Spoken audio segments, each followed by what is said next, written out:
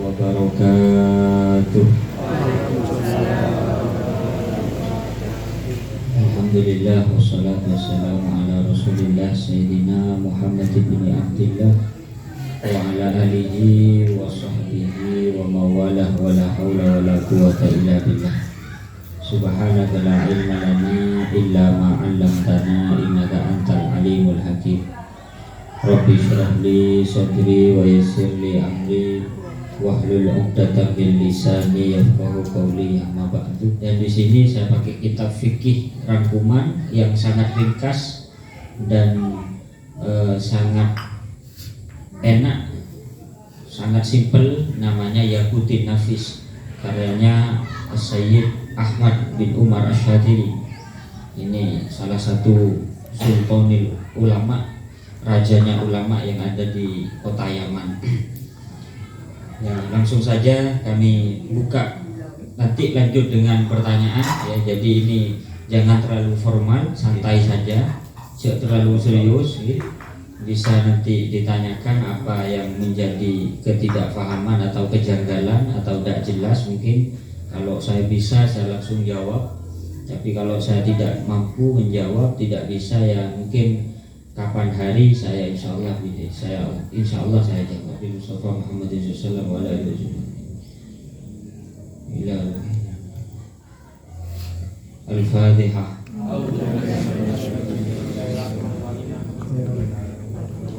Iya,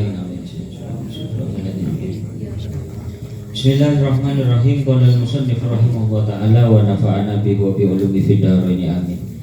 Bismillahirrahmanirrahim. Wasailu taharati wa maqasiduha. Bab pertama ini menjelaskan tentang alat-alat bersesuci.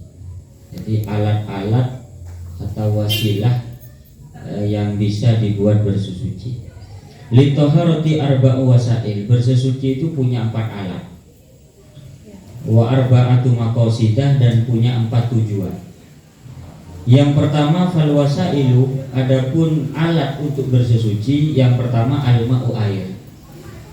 Air ini alat bersesuci untuk satu menghilangkan hadas kecil ataupun hadas besar. Kalau hadas kecil dengan wudu, kalau hadas besar dengan mandi. Itu alatnya harus pakai air. Yang kedua wa khabatin, menghilangkan najis. Jadi alat untuk menghilangkan najis dari beberapa macamnya najis yang nanti akan dijelaskan di babnya sendiri, itu harus pakai air. Tidak bisa pakai selain air. Contohnya seperti kering pakai matahari. Contohnya di depan rumah sodek, karena banyak ngobu aja minyak pas mancok. Mari gitu, tidak disapu, tidak dipel lama, kena matahari sampai kering. Ketika kering disapu, nah, bersih, tetap itu najis. Kenapa? Karena masih belum disucikan pakai air. Dan hilangnya, bersihnya karena dengan sinar terik matahari. Tidak bisa suci. Atau yang lebih cepat, daripada najis yang lebih cepat begini, dikasih abu, dibuang, tidak bisa. Jadi tidak bisa pakai matahari atau pakai debu, tidak bisa.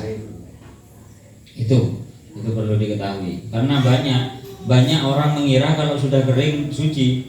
Ya tak apa-apa, walaupun kering, gila kering, tetap najis. Jadi kalau sampean misal saya pergi ke rumahnya sampean dan rumahnya jenengan itu ada bekas kotoran ayam yang kering lalu disapu, tidak disiram pakai air, tidak disucikan pakai. Saya dalam keadaan kaki basah, najis kaki saya terkena, meskipun bersih ini dah suci, Bang. Bersih belum tentu suci.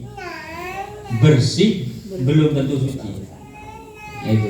Jadi bersih belum tentu suci, karena suci harus disucikan pakai air. Dan tidak bisa dengan selain air, contohnya pakai debu, pakai sepet, pakai sinar terik matahari, meskipun sudah harum dikasih minyak, nggak bisa. Ini sudah dikasih minyak, ini sudah ada parfumnya, coba cium namanya. Siapa sambil cium ya, mereka maco. Ya itu tetap. Jadi harus pakai air. Kemudian sekarang air yang bagaimana yang bisa dibuat bersesuci? Tidak semua air. Air yang dibuat bersesuci itu namanya air yang tanpa koyit. Tanpa koi itu tanpa embelan, tidak ada embelannya. Kalau ada embelannya, yang embelan tersebut berpengaruh, maka tidak bisa digunakan untuk menghilangkan hadas atau menghilangkan najis. Contohnya air kelapa. Kelapa ini embelan dan ini lazim tetap air kelapa. Sampai duduk pakai air kelapa tidak bisa. Bukan air tapi kelapa. Ada embelan kelapanya, tidak bisa digunakan. Contohnya air teh, tidak bisa, ada tehnya. Apa ini air teh? Tidak bisa, karena ada tehnya. Teh itu embelan, tidak bisa dibuat bersuci. Apalagi air semangka, seger ini ya. Ya, air semangka, mau wudhu pakai air semangka. Tidak usah kalau bukan air semangka kan. Tidak bisa, ini banyak kejadian. Kalau di sini mungkin jarang, kalau di pondok yang rawan. Apalagi jedingnya itu ada bolongannya, itu tembus. Jadi jeding banyak, di bawah ada bolongannya, sabun. Itu kalau sudah ada sabunnya santri jatuh satu atau dua, itu pagi sudah diambil langsung. Itu sorenya itu putih semuanya. Makanya lihat pada itu, kalau putihnya sangat terlalu putih, ya, yang sekiranya orang melihat nanti bilang mengatakan, wah ini sudah bukan air lagi, ini apa ini kok putih? Baru itu tidak bisa digunakan bersuci. Tapi kalau masih orang mengatakan air ini, kalau perubahannya sedikit tidak apa-apa seperti itu. Ini banyak kejadian seperti ini. Kemudian atau berubah dengan perubahan yang sangat banyak, tapi berubahnya dengan sebab perkara yang suci dan biasa bersamaan dengan air. Kalau tadi sabun tidak biasa bersama dengan air, tidak jadi temannya air sabun itu. Yang jadi temannya air itu apa contohnya? Lumut. Lumut. Ada jeding lama tidak dipakai sampai ada lumutnya. Karena saking lumutnya banyak, akhirnya airnya berubah menjadi sesuai warnanya lumut, hijau sekali, maka tetap suci, bisa digunakan wudhu meskipun perubahannya sangat banyak. Jadi air yang bisa dibuat bersesuci itu ada 4 kesimpulannya. 1, air yang tidak punya koyit, tidak punya embelan, air gitu saja. 2, atau punya koyit tapi koyitnya embelannya ada pengaruh. Contohnya air alamu, wudhu air alamu tidak apa-apa, kan alamu, iya kan merek gitu, tidak pengaruh berarti. Kemudian atau yang nomor 3, air yang berubah dengan perubahan yang sedikit dengan sebab bercampur dengan benda suci. Contohnya seperti sabun. Jadi kalau sabun kan suci dan tidak menjadi temannya air. Kalau berubahnya sedikit tidak apa-apa. Kalau berubahnya banyak tidak bisa dibuat wudhu atau mandi besar. Yang terakhir, air yang berubah dengan perubahan yang sangat banyak, tapi sebab bercampur dengan sesuatu yang suci dan biasa bersanding dengan air, seperti lumut. Jadi lumutnya itu banyak sampai membuat air hijau, sahijau-hijaunya tetap suci itu. Kenapa? Karena yang membuat berubah air lumut, sedangkan lumut temannya air. Kalau sabun tidak temenan gitu. Itu yang air. Jadi alat wasail alat pertama yang bisa dibuat menggunakan bersesuci adalah air. Begitu. Air mutlak. Yang kedua apa? Yang kedua at-turab. Jadi alat bersesuci yang pertama air, yang kedua turab. Turab ini debu. Debu ini bisa digunakan bersesuci dalam 1 tayamum. Tayamum itu cadangannya air. Jadi kalau sakit, katanya dokter sampai ini tidak bisa, kan ada penyakit tidak bisa megang air itu. Tetangga saya itu kena penyakit, katanya dokter tidak bisa kena matahari atau nyentuh air, bisa parah. Nah kalau kondisinya seperti itu nanti tayamum itu pakai debu. Nanti ada di babnya sendiri. Jadi tidak mampu menggunakan air itu ada 2 faktornya. 1 karena sakit, nomor 2 karena tidak ada air. Maka dalam kedua keadaan ini nanti wudhunya bukan pakai air lagi, tapi pakai debu yang dinamakan dengan tayamum. Yang selanjutnya adalah wasalati nahwi kalbin. Alat yang dibuat bersesuci yang berupa debu ini juga bukan hanya dibuat untuk tayamum, tapi juga dibuat untuk bersesuci dari anjing. Anjing itu fi ayyi juz'in kanat fi haddidatihi, ya, itu najis semua. Bulunya najis, kakinya najis, apalagi ludahnya dijilat tambah najis. Jadi menurut Imam Syafi'i, mazhab kita, najisnya anjing itu dzatiyah. Jadi semua jus yang ada di dalam anjing najis semua. Tidak harus kencingnya, bukan cairannya seperti keringatnya atau ludahnya, enggak. Bulunah najis. Dan kalau sudah kadungnya itu nanti bersesucinya pakai air 7 kali, disiram 7 kali, dan salah satu dari 7 siraman harus yang dicampur dengan debu seperti itu. Yang keempat adalah dabil. Alat yang keempat, alat bersesuci adalah ad-dabil. Ad-dabil ini menyamak. Nyamak itu apa? Nyamak itu bernyamak ya. Menyamak itu adalah mensucikan kulitnya bangkai yang najis sebab mati, dan itu bisa suci dengan cara disamak. Contohnya,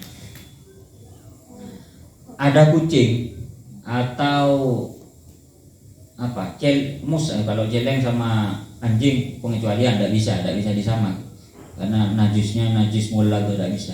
Contohnya ada kucing kena lempet mobil, mati akhirnya sampean, karena sampean ini punya keterampilan yang luar biasa, diambil kulitnya, akhirnya sampean disamak itu alatnya pakai sesuatu yang panas atau pedis istilahnya. Contohnya sini kadar kitoirin, seperti kotorannya burung merpati. Jadi diambil kulitnya, ufunah atau lebih-lebihnya daging dibersihkan, baru kalau sudah bersih kulitnya baru disikat bukan pakai rinso, bukan pakai daya, tapi harus pakai sesuatu yang kalau di lidah ini membuat mulut ini panas, alias pedis. Contohnya seperti kadar kitoirin, kotorannya merpati, disikat pakai, jadi uwingnya itu pakai kotorannya merpati. Jadi kotorannya merpati itu pedis. Kalau udah coba kayak di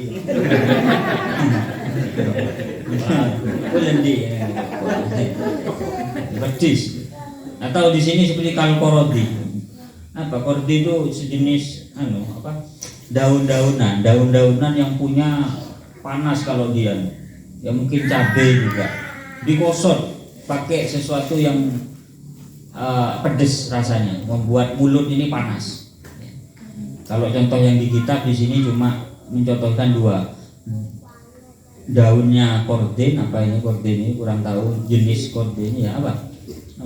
Kemudian dari kitoir, kotorannya burung seperti burung merpati dan lainnya, dibuat. Nanti kalau sudah disikat, dibasuh lagi, dijemur, itu suci nanti. Itu suci. Nanti mungkin bisa dibuat dompet. Kulitnya harimau, ada harimau semuanya mati di alas. Atau kulitnya sapi. Sapi kan banyak yang mati. Kalau matinya itu tanpa sembelihan syarak, mati karena penyakit, itu bangkai, tidak bisa dimakan. Karena itu bila dzabhin syar'iyyin, dengan tanpa sembelihan syariat.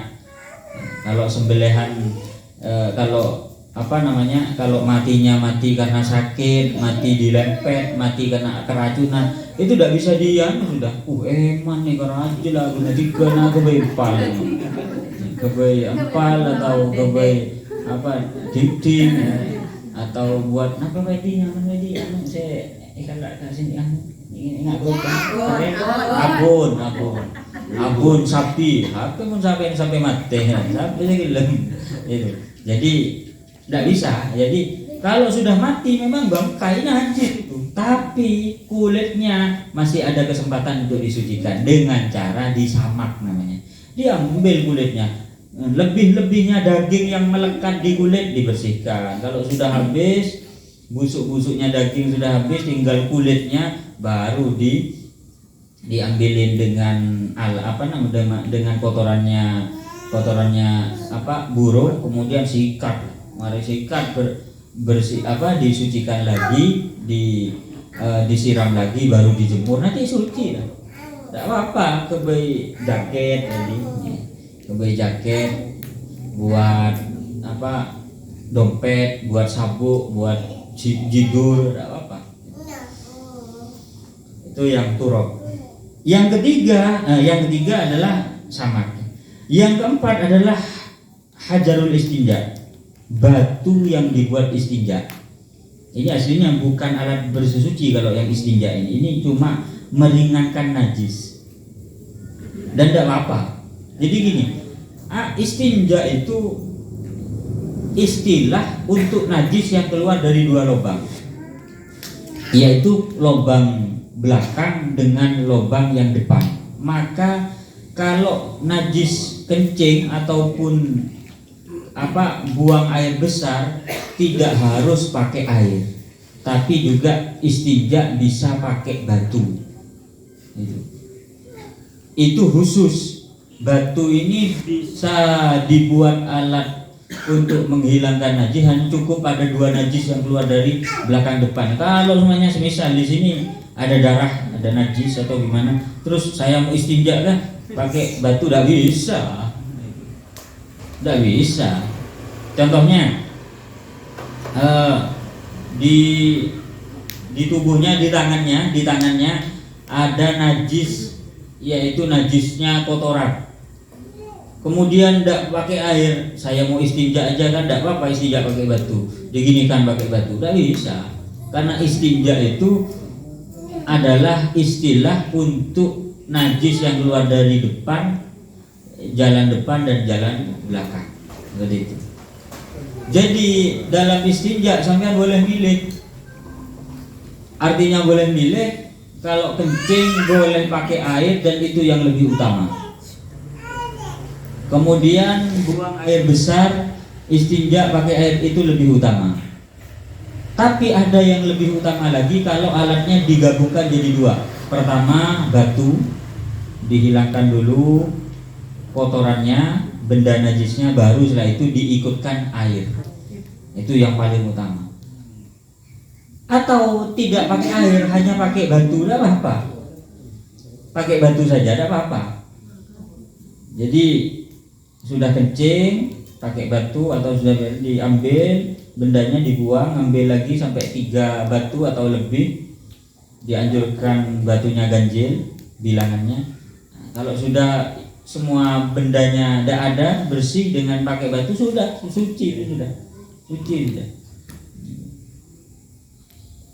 Para ulama tidak mengkhususkan pakai batu. Pokok yang searti dengan batu. Kalau yang searti dengan batu itu apa? Yaitu idakan atau hiron, 1 suci. 2 qolian, bisa mengambil najis yang ada di jalan depan dan belakang ini.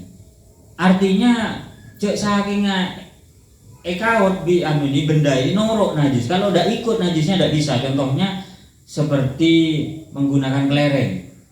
Najis itu kan licin. Sedangkan kelereng atau kayak ini atau kaca juga licin. Licin ketemu licin, diginikan tidak ikut nanti najisnya. Tetap iya. Ghairi muhtaramin dan tidak mulia. Seperti songkok tidak boleh dibuat istinja, tasbih tidak boleh, apalagi siwak tidak boleh. Jadi contohnya seperti apa? Seperti tisu itu tidak apa-apa, karena tisu itu 1 tohir suci, 2 qolik bisa mengambil benda najis, 4 tidak mulia. Maka tidak apa-apa istinja pakai tisu dan semacamnya.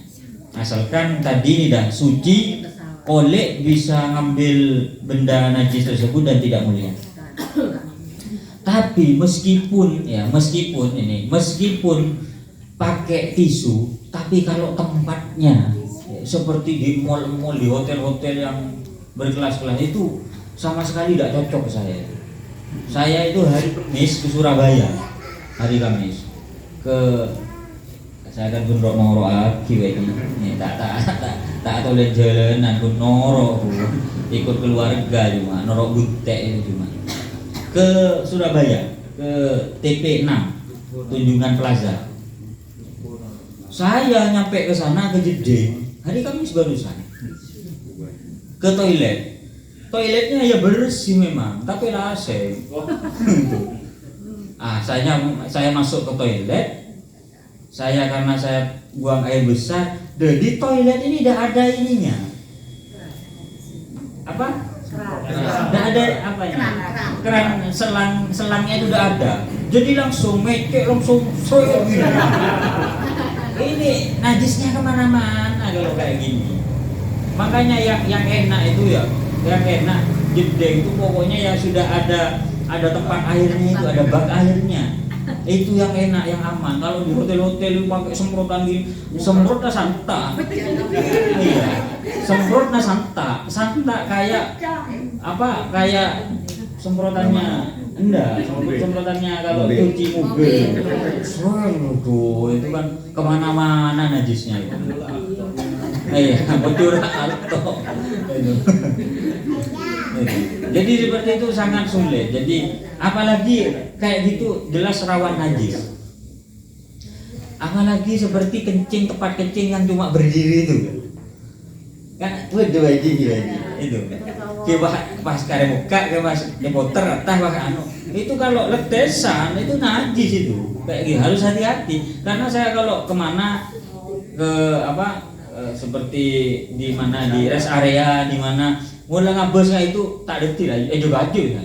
Karena apa? Karena tidak pakai sarung, tidak bawa sarung lain, cuma satu sarung ini eman suci. Mun nggak kayak gitu rawan najis nanti. Karena kalau di sini kencing ada di sini, tampesan itu najis itu. Kalau celana enak dari buka tadi, mun sarung lagi yang banget tas. Tak masuk kan. Ya makanya yang ada di hotel, yang ada di bandara, di rest area itu kalau seperti itu ya, kalau sampean bawa salinan yang memang suci tidak apa-apa ya. Tapi alangkah baiknya kalau cuma satu ini, maka hati-hati dengan najis. Tampesan itu najis di sana juga. Itu repot. Kemudian yang terakhir sudah ini ada 4 berarti. Jadi ada 4 alat bersesuci itu ada 4. Satu air ini digunakan untuk menghilangkan hadas kecil besar dan menghilangkan najis. Yang kedua debu ini dibuat untuk bertayamum dan basuhan ketika terkena najis mulatoh, yaitu najisnya anjing. Yang ketiga, alat ketiga adalah menyamak, yaitu mensucikan kulitnya bangkai yang najis dengan sebab mati. Itu bisa disucikan dengan cara disamak menggunakan kotorannya burung. Dan yang terakhir adalah batu atau yang searti dengan batu seperti tisu dan lain-lainnya, kayu dan lain. Tapi kayu udah lihat kayunya dulu. Kalau kayunya ya kayu seperti tadi, kayu siwak, jangan. Siwak itu untuk gigi, saya kalau salah kenangan ya seperti itu. Mungkin ini wal makosid, sedangkan makosidnya tujuannya dari alat tadi 4 alatnya apa tujuannya? Tujuannya ada 4 juga. 1 wudu, 2 mandi, 3 tayamum, 4 menghilangkan najis. Ini tujuan dari toharoh. Jadi wudu, kemudian mandi besar atau mandi nadhofah untuk bersesuci. Kemudian tayamum nomor 4 adalah menghilangkan najis. Mungkin ini sementara materi pada pembukaan ngaji pada malam hari ini. Jadi selanjutnya bisa dilanjut dengan tanya jawab, dan saya tidak perlu, katanya Pak Edi barusan telepon nggak nih ke Gus Konek, saya tidak perlu banyaknya, Yang penting setiap bulan istiqomah ngaji seperti itu. Jadi seperti di mana di Masjid Sumber Anyar itu istiqomah setiap bulan. Jadi apa-apa itu jangan lihat banyak sedikitnya, tapi lihat keistiqomahannya, karena itu yang berat. Istaqimu walan tatiku, istiqomahlah kamu tapi kamu tidak mungkin kuat, kata Nabi. Karena istiqomah ini memang berat, Mungkin cukup ini aja yang bisa jadi materi pembahasan ngaji pada malam hari ini. Selanjutnya kami buka pertanyaan, silahkan pertanyaannya yang berkaitan dengan materi boleh, yang tidak berkaitan dengan materi juga boleh. Assalamualaikum.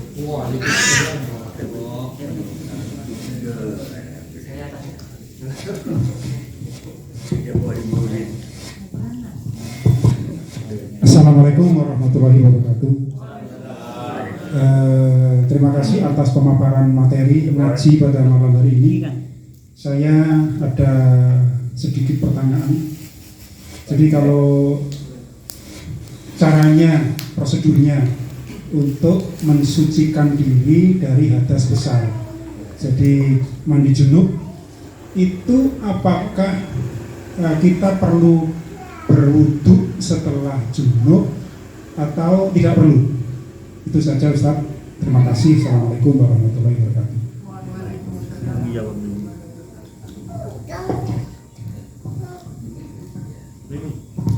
Yang pertama, bahwasanya orang yang junub, orang yang berhadas besar, junub dengan pada saat bighairi ikhtiar, tanpa ikhtiar, berarti waktu tidur kemudian junub, itu tidak membatalkan wudhu. Sekali lagi, orang junub yang junubnya bighairi ikhtiar, tanpa ikhtiar, yaitu seperti tidur kemudian junubnya tidak membatalkan wudhu. Artinya kalau sampean semuanya, saya tidur di sini gini, tidur duduk kan tidak membatalkan wudhu. Kalau duduknya posisi bokong atau pantat menetap kepada bumi, seperti aselah gini, tidur gini, ini tidak membatalkan wudhu tidurnya.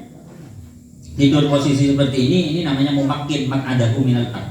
Ini tidak membatalkan. Kok saya mimpi basah, kemudian bangun, kok saya mimpi basah, maka mimpi basahnya saya tidak membatalkan wudhu, dan tidurnya saya juga dengan posisi yang tidak membatalkan wudhu. Jadi ketika saya mandi, tidak usah wudhu, asalkan tangan ini tidak menyentuh hal-hal yang bisa menyebabkan membatalkan wudhu. Kalau pada saat mandi menyentuh kemaluan dengan ini, kan itu membatalkan wudhu, ya batal wudhunya, ya harus wudhu setelahnya mandi kalau mau sholat. Tapi kalau tidak dipegang, ya disiram, maka ya tidak usah wudhu, cukup wudhunya masih tidak batal. Seperti itu. Nah, alasannya sangat panjang, ada kaedahnya memang ini. Alasannya sangat panjang. Nama aujaba al-dhamal amro ini di umumihi la yujibu dua nama bi khususihi. Itu kalau dijelaskan agak panjang. Jadi intinya kalau seumpamanya tidur orang junub dan junubnya dalam keadaan posisi tidurnya itu posisi tidurnya itu duduk, maka tidak membatalkan wudhu. Dan ketika mandi cukup mandi saja, tidak usah wudhu, asalkan menghindari hal-hal yang membatalkan wudhu. Dan air mani itu suci, sperma itu suci. Kalau keluar bighairi ikhtiar seperti tidur tadi suci. Kenapa? Karena dalam mazhab Syafi'i diyakini di kemaluan ini ada dua jalan, jalan kencing ada jalannya, dan ini tidak sama. Ini menurut pemahaman mazhab Syafi'i yang kita ikuti, itu ada dua jalur seperti itu. Jadi tidak najis. Tapi kalau keluarnya dengan sengaja itu najis. Kenapa kok najis? Karena sudah bercampuran dengan yang namanya madhi. Madhi itu cairan yang keluar ketika orang itu memuncak syahwatnya.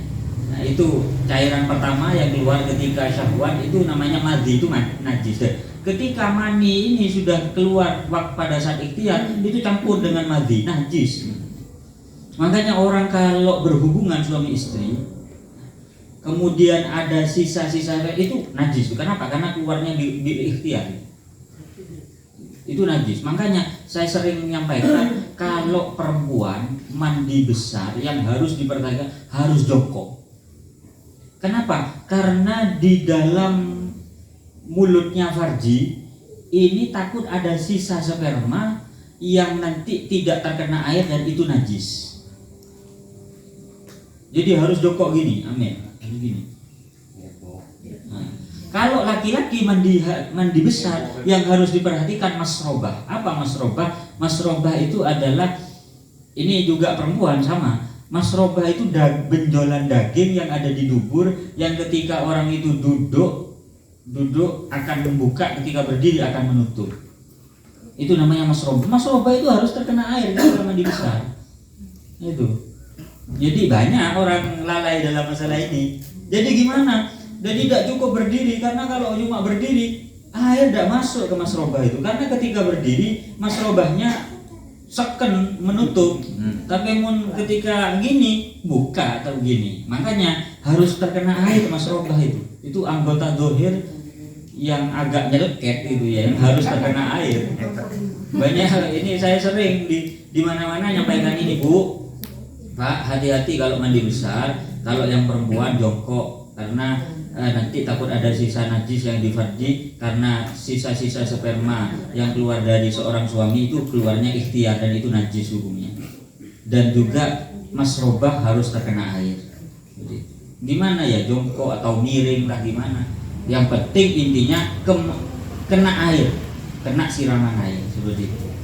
Itu mungkin yang bisa dijelaskan terkait masalah yang pertama ini. Ya, mungkin pertanyaan yang kedua. Istinja, melanjutkan yang tadi. Oh iya, iya. Yang mandi tadi apa bisa menggunakan istinja untuk membersihkannya, mensucikannya? Kalau mandi tetap pakai air.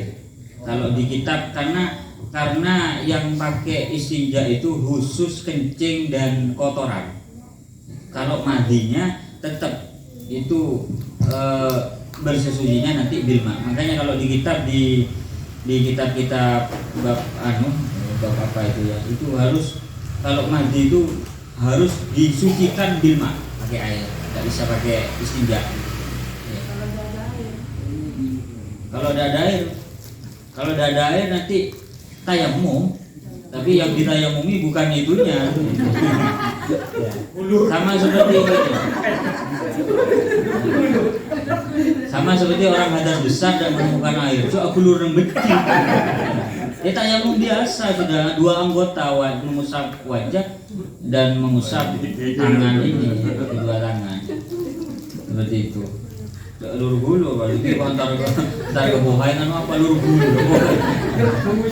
Gak bajan lemah sana ogo lur gulu apa orang ini. Ya mungkin yang lain. Di luar tema ada apa? Iya, di luar tema ada apa? Di luar tema ada apa? Tanya Gus. Ya. Kalau kita berwudu tuh dalam posisi telanjang tuh apa membatalkan wudunya? Yang ini ya. Oh, mereka ini langsung aja. Yang lain lagi. Yang lainnya tampung dulu. Ini Bapak Sid ya? Ini yang tadi. Gus Basit. Bapak Sid ya? Ya, ya. Ya. Anjir.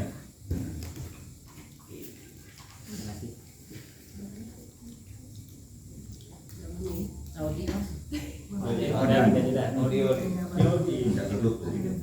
Terhalang. Coba kabur. Ini. Assalamualaikum warahmatullahi wabarakatuh. Izin bertanya Gus, yang pertama, seandainya kita berwudu dengan air yang bau dan itu keluarnya dari keran, contohnya di pom, kalau tidak salah di dekat bentar sana pom, karena itu baunya banger itu. Terus kalau berkumur itu terasa kayak ada kayak besi gitu, seperti terasa begitu. Kemudian yang kedua, di rumah saya ada tempat ember, anggaplah ember tempat air itu kecil, ukurannya sekitar 40 cm, kotak gitu. Kalau dibuat berwudu, di atasnya itu ada keran. Kalau misalkan berwudu kemudian airnya turun ke sana, kemudian itu kan air mustakmal, kemudian dibuat bersuci, bukan untuk berwudu. Misalkan bersuci istinja lah istilahnya, bisa apa tidak itu. Terima kasih. Satu lagi mungkin. Ibu. Ayo, ibu. Assalamualaikum warahmatullahi wabarakatuh. Misalnya kita junub, kemudian kita mandi besar. Nah, setelah mandi besar, apa kita masih ambil wudu lagi karena sudah bersih? Ini ada dua pendapat masalahnya. Ada yang mengatakan tak masalah, ya. Ada yang dianggap sudah bersih. Kemudian ada yang punya pendapat harus berwudu karena niatnya beda. Ini mohon penjelasannya.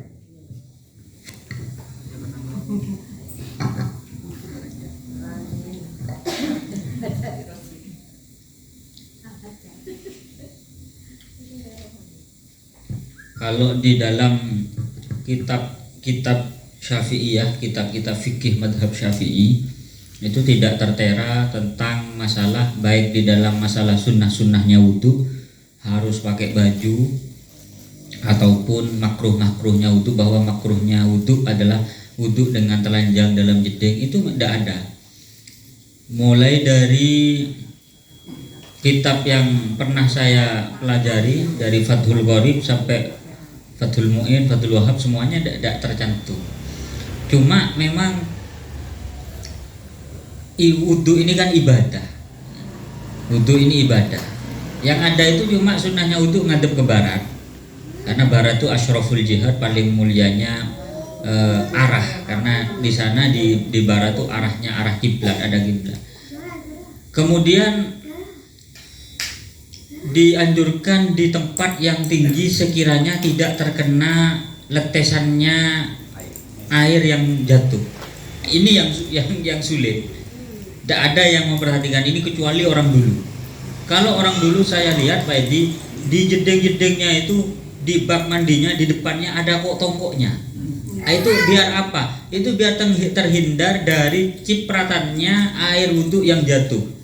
Kenapa? Karena hal tersebut meskipun suci, jelasnya suci, karena terkena cipratannya hikmahnya ilmu penemuan ulama membuat orang itu sering lupa, kelupaan. Jadi menurut sampean untuk deletesnya itu membuat katanya.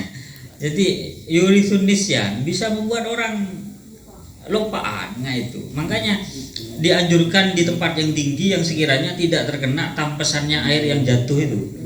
Dan ini tidak ada yang sudah pakai memperhatikan ini, tidak ada sudah sekarang itu. Semuanya ya bak besar atau pakai pad itu sekarang. Nah, kalau masalah yang apakah harus pakai baju alias menutupi aurat, memang tidak ada persyaratan seperti itu. Artinya meskipun di dalam jedeng kemudian kita wudu, maka wudu meskipun kita dalam keadaan telanjang atau membuka aurat tetap melafadzkan niat. Itu kan ada Allahnya. Nawaitul wudu alirafil hadasil asghari fardholillahi lillahi ta'ala, mengatakan Allah melafadzkan Allah di dalam jeding tidak boleh. Katanya sebagian ulama makruh, menurut pendapat Imam Zarkashi atau Imam siapa justru haram. Jadi jawab adzan di waktu jeding, enggak usah jawab Allahu Akbar, enggak usah gitu. Cukup jawab di dalam hatinya. Ketika bersin, alhamdulillah, enggak usah gitu di jeding. Kenapa? Karena itu ada asmaul mu'adzam, ada nama mulia, yaitu namanya Allah. Tapi gimana hamidah fi qalbi? Ya baca di dalam hati saja. Termasuk ketika niat, melafadzkan niat dalam wudu, sedangkan wudu di dalam jeding dalam keadaan telanjang lagi. Lebih baik langsung talafud langsung wudu langsung plus niat. Tidak usah talafud bin niat. Kenapa? Karena ada lillahi ta'ala. ada lillahnya itu. Itu wudu li rafil hadasil aswari lillahi ta'ala atau fardhu lillahi kan Allah, itu makruh. Jadi lebih baik langsung ambil air, disiram ke wajah, niat pada saat itu dalam hati. Niat saya mengambil wudu menghilangkan hadas kecil kan. Gitu. Jadi dari satu sisi wudunya sah wudunya. Tidak batal meskipun telanjang dan dalam jeding. Tapi ketika baca doa tetap di luar jeding atau ketika melafadzkan niat lebih baik ditinggalkan, ada Allahnya di situ dan diucapkan dalam jeding yang dihukumi makruh oleh para ulama, dan ada sebagian kecil ulama mengatakan haram. Seperti itu mungkin. Dulu saya pernah sekitar tahun 2016 saya ikut musyawarah gitu ya, Basul Masail antar pesantren di Dalwa. Di Dalwa itu Bangil, Pasuruan. Itu yang pondoknya besar kaya karena punya hotel. Itu saya ikut ke sana dan membahas masalah ini, apakah masalah masalah wudhu dalam jeding ini. Jadi memang tidak ada keterangan harus di luar jeding atau nutupi aurat, tidak ada, tetap sah. Yang dua apa ya? Air baunya disebabkan besi ya. Keran. Nah ini gini, kalau di kitab itu mana nazala minas sama, air yang turun dari langit, air hujan atau air yang lainnya, air salju itu turun dari langit dalam keadaan cair nyampe ke bumi jadi beku, itu namanya salju. Atau air barit itu dari atas dari atas beku seperti salju nyampe ke sini cair dan itu dingin. Nah, itu suci. Atau nyumber dari tanah, air yang nyumber ala ayi sifatin kanat min aslil hilqah, dengan sifat apapun yang penting itulah aslul hilqahnya. Memang asal kejadian air ini memang air, sifatnya air semuanya, tapi kok agak baunya ada enak, itu suci asalkan aslul hilqah, asal kejadiannya seperti itu. Seperti yang ditanyakan, memang sumbernya memang tidak enak, mungkin karena faktor kurang dalam atau ke dalam atau gimana. Itu kalau memang dari airnya memang kayak gitu ya tetap suci. Tapi kalau air ini baunya dikarenakan memang lama ada di besi, dan besinya biasanya besi itu kalau berkumpul dengan air pasti akan menguning. Nah, itu berarti kuningnya itu sama seperti lumut. Di mana ada air yang di tempatnya besi pasti akan timbul seperti itu, maka itu juga dihukumi suci dan bisa mensucikan. Kecuali seperti air yang di Surabaya yang mengelola dari air Bucaren. Itu saya musyawarah dulu di pondok 2 kali dan itu tetap tidak bisa dibuat bersesuci karena itu air sudah aslinya sudah dari asalnya memang air Bucaren itu sudah. Tapi dikelola, diproses, ada proses pembeningan air, baru bening lagi, baru dibuat mandi, itu tetap najis karena itu asli airnya sudah najis. Gitu. Jadi sementara kalau memang air itu baunya dari asal kejadiannya, maka mata tetap dikatakan suci dan mensucikan. Atau bau karena besi, karena nanti akan menguning besinya dan itu bau, nah itu juga tidak apa-apa karena memang itu namanya mujawir seperti lumut tadi. Yang ini kalau prosesan itu apa? Air napa ya nang sorbeje? Air enggak, bukan air Bucaren itu. Ada nang YouTube iya, bukan bekas limbah. Air Bucaren. Air di got itu dijaring lagi, diproses lagi, dibeningkan lagi di Surabaya itu dijadikan dikirim ke jedingnya masyarakat setempat. Itu tetap tidak bisa dan airnya lagi tidak seger, sudah panas itu sudah. tak nyaman tak seger. Baca. Baca apaan? Udah batu udah di nomor Iya. Yang terakhir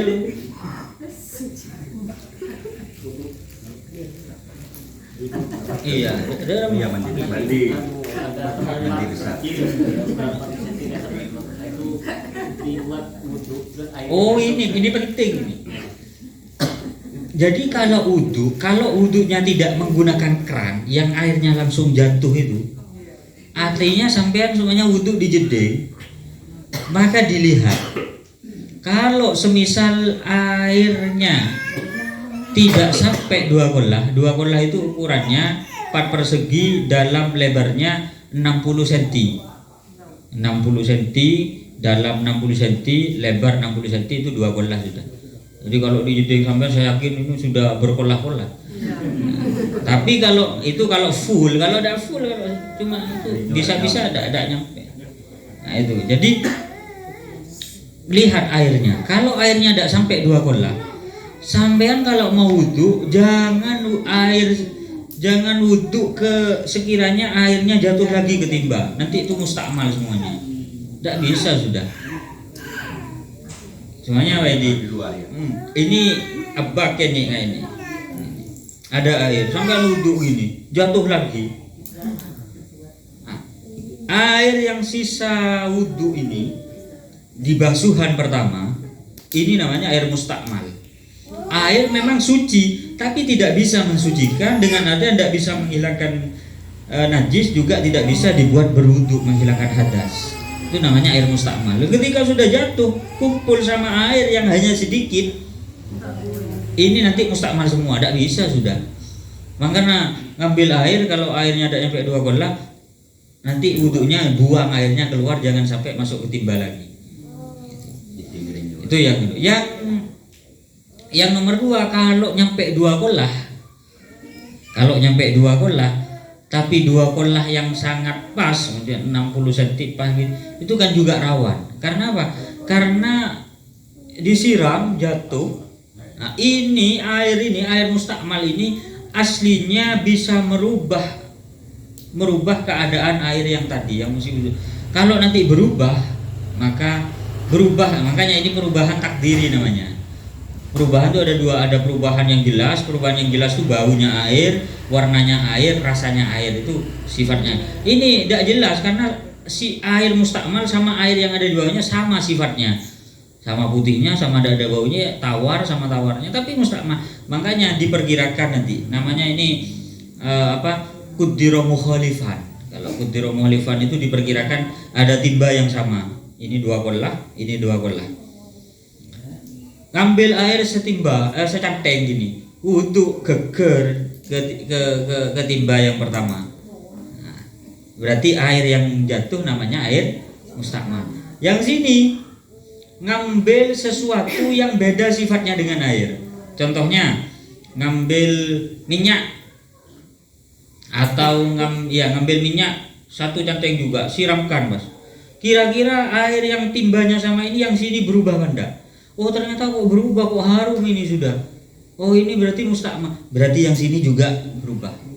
Seperti itu. Itu namanya cara mengira-ngirakan perubahan air dengan berubah sesuatu yang suci dan sifatnya sama dengan air.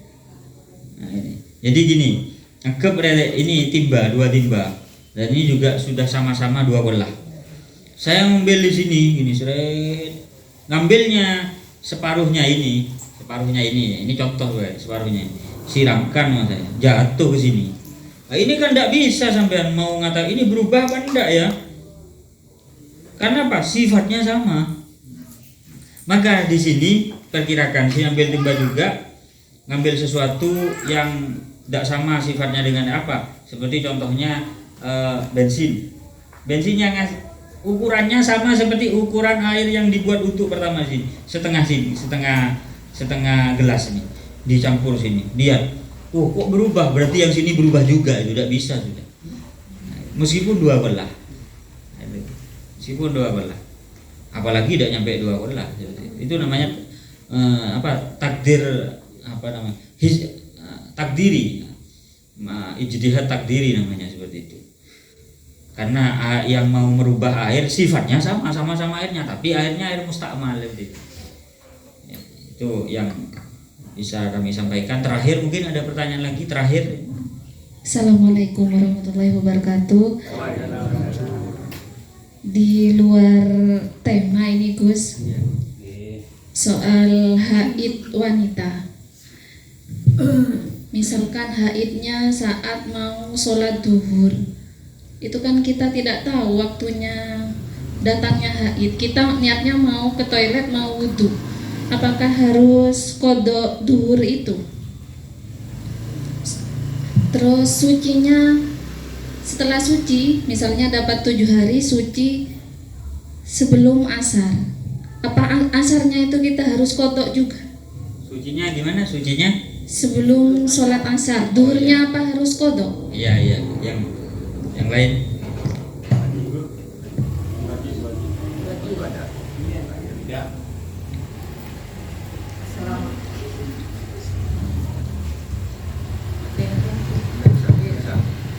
Assalamualaikum warahmatullahi wabarakatuh.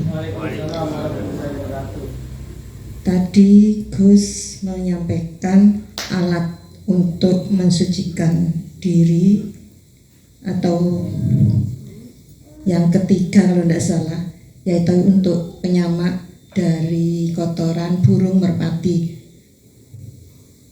Apakah ini karena saya alami sendiri pada waktu akan ibadah ke masjid, saya kejatuhan kotoran burung merpati, tapi saya menganggap itu najis. Apakah betul?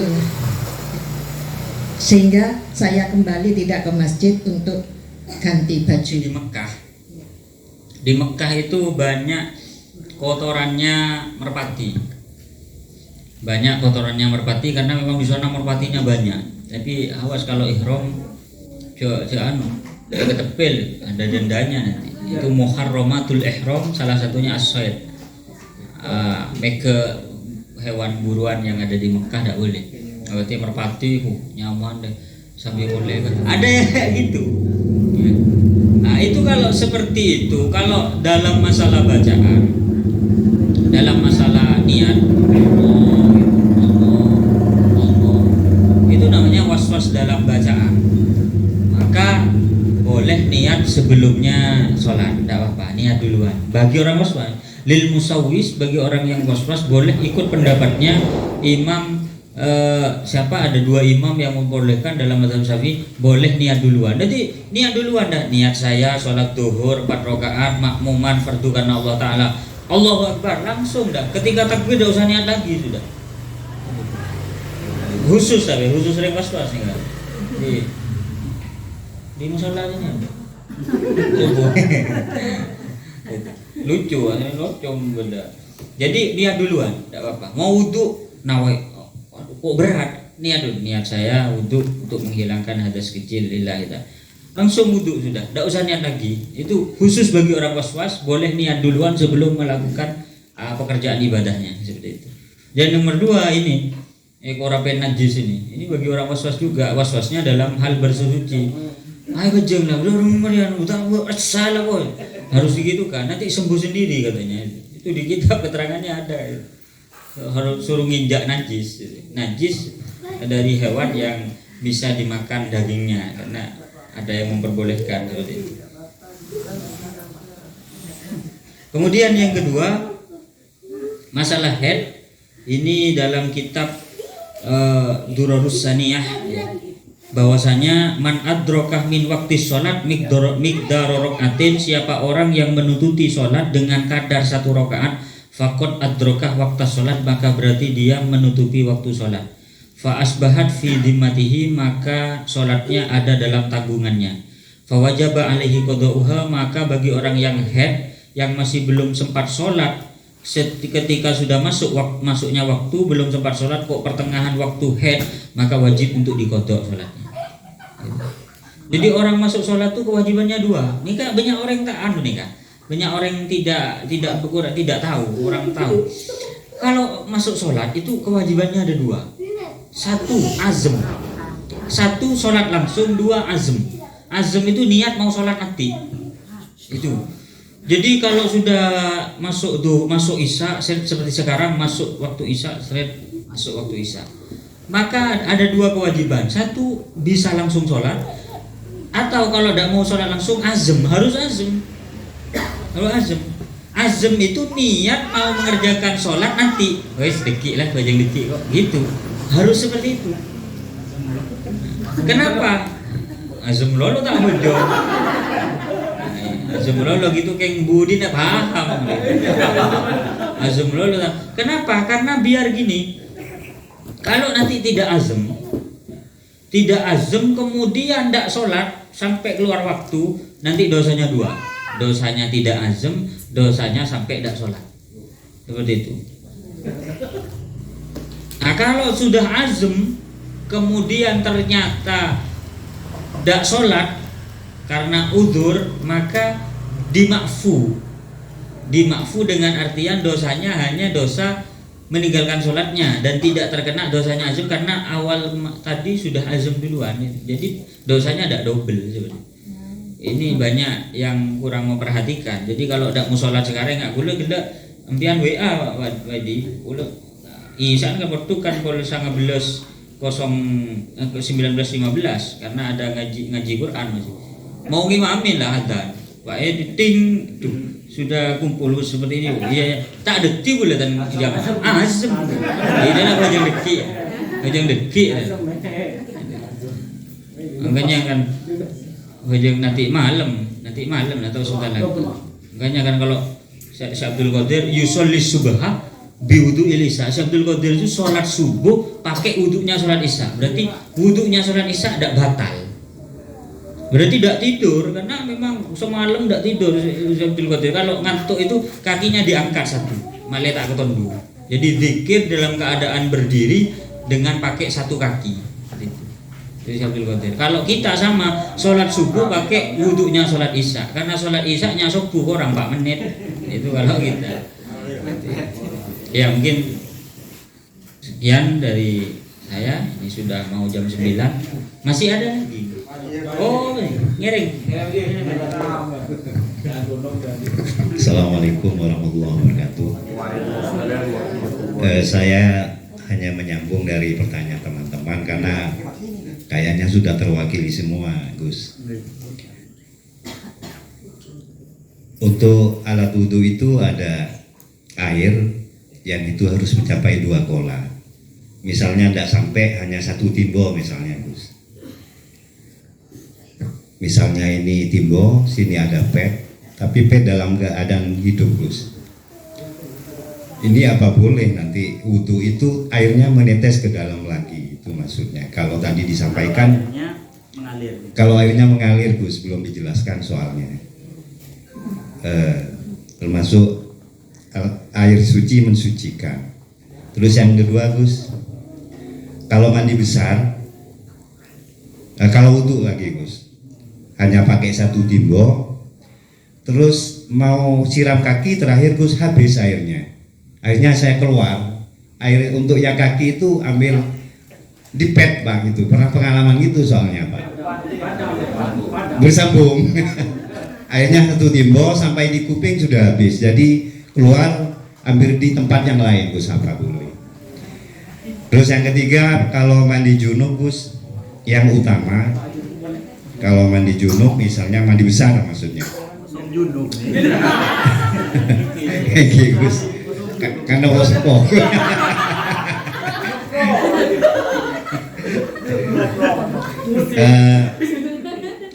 Itu yang utama, hanya apa harus baca hanya 1 kali dan cukup disiram semua, atau dibaca 2 atau 3 kali, Gus, misalnya nawaitu guslal kepala dulu, setelah itu baru tangan dulu, maksudnya biar merata, terakhir yang di bawah.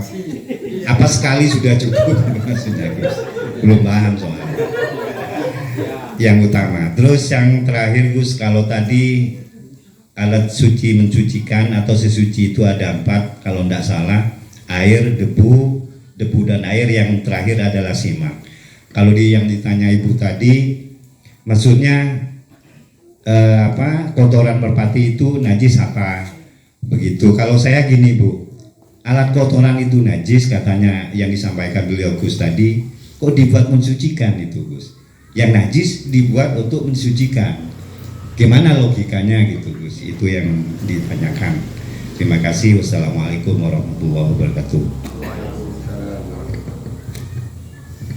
Ya, jadi yang pertama saya jawab yang nomor 2 dulu. Gimana kalau wudhunya tidak secara langsung? Jadi sebagian separuh dicicil, wudhunya dicicil. Kredit. Ya, wudhu dengan wudhu kredit. Wudhu kredit. Gimana hukum? Boleh apa enggak wudhu dengan kredit? Terakhir waktu kaki hutang dulu. Tidak langsung dilunasi, tapi ketika sudah, maka di dalam sunnahnya wudhu itu salah satunya adalah yang nomor berapa ya? Sangat banyak. Salah satunya al-mualat. Mualat itu nyambung. Mualat ini di dalam wudhu artinya membasuh basuhan dengan secara langsung dalam satu waktu. Maksudnya setelahnya wajah baru tangan. Qabla ayyajifal awal, sebelum anggota yang pertama itu kering. Begitu. Itu mualat. Kalau sudah kering, ya sebelum kering kemudian dibasuh lagi, itu namanya mualat. Tapi kalau yang pertama sudah kering kemudian lanjut ke basuhan yang selanjutnya, itu tidak mualat. Berarti tidak melakukan sunnahnya wudhu. Nah, kata-kata sunnah berarti ketika dilada apa-apa, berarti tidak membatalkan wudhu. Jadi sunnah mualat artinya berjalan dengan langsung satu waktu. Dengan artian sebelum anggota yang pertama ini kering, baru ke anggota yang selanjutnya terus. Kalau sudah kering kemudian lanjut ke anggota yang selanjutnya, maka itu namanya tidak mualat dan tetap boleh dan tidak membatalkan wudhu. Jadi konteks pertanyaannya tadi, kira-kira setelah wudhu di dalam rumah sampai keluar yang anggota sini ini masih basah apa enggak? Kalau masih basah tetap mualat, enggak apa-apa. Hatta kering seumpamanya tetap enggak apa-apa. Tapi tidak mendapatkan sunnahnya mualat. Mualat tuh langsung gitu mualat. Mualat ini kalau dalam wudhu sunnah, tapi kalau dalam bacaan Fatihah mualat tuh wajib. Enggak bisa orang baca Fatihah tidak mualat ketika sholat, tidak sah. Ini saya sampaikan, samisan dalam masalah konteks mualat dalam sholat, baca Fatihah harus langsung. Bismillahirrahmanirrahim. Alhamdulillahirabbil alamin arrahmanirrahim. La ilaha illallah, la ilaha illallah. Tidak bisa, itu tidak mualat. Dipisah dengan zikir tidak boleh. Atau seperti amal-amalan kan Fatihah, amal-amalannya bisa dibuat jadikan amalan. Iyyaka na'budu wa iyyaka nasta'in, berhenti, minta semuanya. Baru lanjut ihdinas siratal mustaqim, minta apa hajatnya. Ini kalau dalam praktek dalam masalah sholat pas mengamalkan amalan kayak gini, iyyaka na'budu wa iyyaka nasta'in. Ya Allah, ya apa minta lama aja lamanya, batal itu. Kenapa? Karena syaratnya Fatihah harus dibaca dengan mualat. Itu syarat sahnya Fatihah. Kalau tidak, kalau Fatihah dipisah-pisah atau diam sejenak apa, ihdinas siratal mustaqim, berhenti dulu apa, baca zikir subhanallah tetap tidak bisa, batal justru kalau dalam masalah. Tapi kalau dalam wudhu tidak menjadi syarat sahnya wudhu, cuma sunnah seperti itu, cuma sunnah. Itu yang masalah yang terakhir, yaitu masalah kotoran. Itu kok bisa di yang mensucikan itu adalah samaknya. Proses samaknya ya, bukan satu dari kesatuan yang berupa kotoran. Terbukti nanti ini masih tetap najis dan harus disucikan dengan air. Di kitab ada, di Syarqawi, di kitab sanawiyahnya saya ini di kitab Tuhfatul Tulab, di masalah sore ada jelas keterangannya seperti yang ditanyakan barusan. Itu bukan mensucikan, tapi proses secara global nyamak itu mensucikan, tapi tetap nanti masih mutanajis. Kan gini, bangkai itu kan najis. Bangkai najis itu najisnya namanya najis dzatiyah. Ada najis dzatiyah, ada mutanajis. Kalau mutanajis ini gini, ada kopi ini ya, kopi. Ini kencing semuanya, ini kencing. Ini namanya najis ini.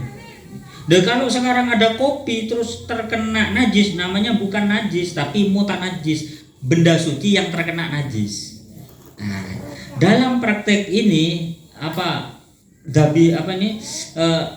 hewan yang mati tanpa sembelihan syara ini atau bangkai ini bukan mutanajis, bukan suci terkena najis, memang barangnya najis. Nanti ketika disucikan